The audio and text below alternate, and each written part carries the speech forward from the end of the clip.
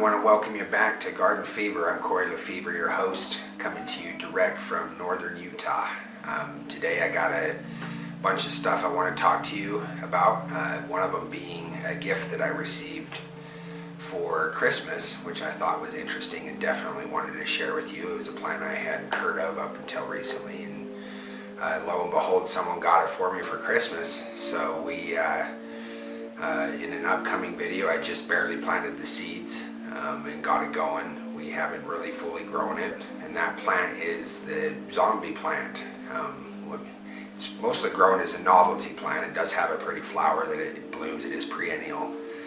I don't know a whole lot about it. I'm still doing my research, so in an upcoming video I'm going to break it down for you. But that's the Mimosa Pudica. And I believe Pudica is how you pronounce it right, but Mimosa is definitely correct. There are 400 species of that type of plant, even to a tree. The current one that I'm growing, I believe, is the shrub. It is an herb, so more of that to come. I contemplated what I wanted to call this episode because we're past 2020, thank God, and moving into 21. Hopefully this will be a much better year for everybody in the world. But springtime is a very busy time for gardeners because there's a lot to do. And so I kind of wanted to talk a little bit about some of the things that you should be doing in spring, or that you would want to do in springtime. But that being said, it's a good time to start preparing for getting your garden ready for spring. So there's several things that I would recommend everybody doing in spring. One is you want to get your seed starts going. Now is a good time. You want to grow them for a good month or two before it starts to warm up and you can start hardening them off to go outside.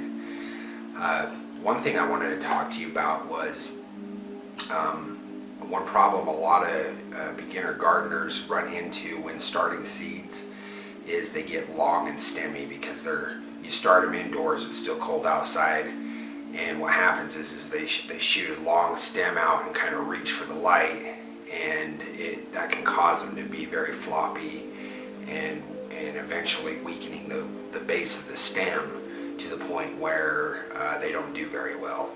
How do you get around this? You want to blow on them. You want the light to be as close to the plant as you can get it. For those relying on natural light, this can be hard because they'll kind of lean towards where the natural light is coming from. If you have a grow light inside your house, it's much easier. You want to place that as low and as close to it as you possibly can. And then you want to blow on it. That's why greenhouses have fans. That motion of the air causes the roots to set in, and it stays lower to the ground for stability reasons rather than shooting a long stem up. So the combination of those two will keep your plant shorter with more roots, and it will kind of bush out quicker than it would if you just plant the seed, germinate it, and just let it go for a month or two. You'll get long stemmy sprouts. So I wanted to share that tip with you. Another thing I'm going to be going over here real soon is pruning your trees. Springtime before it gets warm is a good time to do it. The tree's still in dormancy. You can do it in the fall too, before winter, before the cold gets too cold.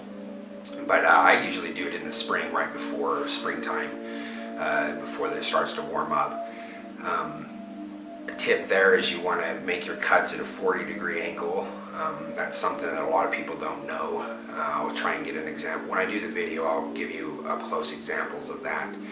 But if you have any kind of fruit trees or any kind of trees that you want to prune, it's better to do it in the spring before you get that spring growth, rather than in the dead of the summer when it's really hot and it's already leafed out and everything. So I got a couple cherry trees. I got a cherry tree I'm going to actually take down. I got two that are grown too close together, and I'm going to concentrate on one because one produces plenty of cherries for my family.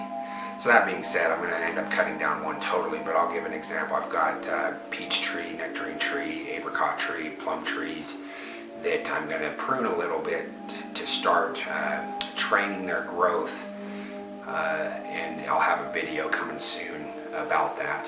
Another thing is you're going to want to, this is a good time to start considering, it depends if the snow's melted off, but to start considering fertilizer. A good time to do it is right as it's starting to melt off. That way the snow melts it into the topsoil before. Another thing that you want to do in spring is this is a great time to hit the weeds hard, which weeds are defined as an unwanted plant growing in your garden or your space. So all of those pesky leaves, you want to get them now as they're just barely starting to come up in spring. Just hit them real hard in the beginning, because after you get too deep into the summer, they start going to seed. They're full grown, and without a ton of work or spraying or whatever, it's kind of too late at that point. It's better to get them when they're first coming up. So anyway, I just wanted to kind of talk about spring and some of the things that we need to do or get going that I recommend. I got some indoor plants still that I want to do.